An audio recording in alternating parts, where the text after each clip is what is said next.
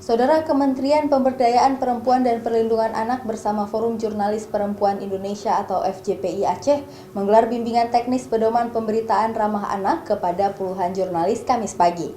Kegiatan ini digelar untuk membekali jurnalis agar peka dan ramah dalam meliput isu anak dan perempuan yang kerap terjadi di Aceh.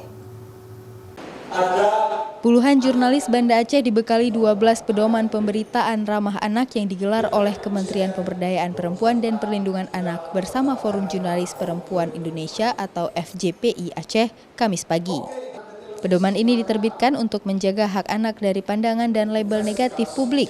Salah satu butir yang penting untuk dipahami jurnalis adalah tidak mencantumkan identitas anak korban, anak berhadapan hukum, atau anak saksi, dan wajib merahasiakannya dalam pemberitaan demi keselamatan dan kenyamanan anak untuk masa depannya.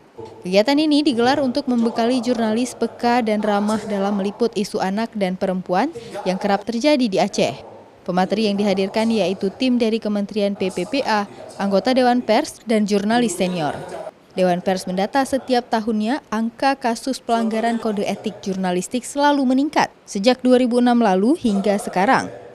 Hampir semua kasus yang dilaporkan tentang pemberitaan yang kurang ramah anak karena secara jelas mencantumkan identitas anak sebagai korban kekerasan. Dan kami anggap ini morally binding untuk teman-teman media supaya teman-teman media di dalam membuat pemberitaan terkait dengan anak menggunakan PPRA itu sebagai panduan. Di Aceh sendiri, pada 2019 lalu tercatat 469 kasus kekerasan terhadap anak yang terjadi di Aceh dengan korban 568 orang dalam berbagai bentuk kekerasan.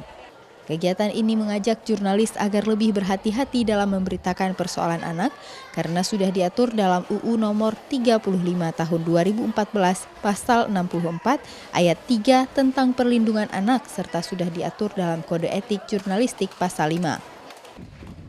Nova Misdayanti, Kompas TV, Banda Aceh.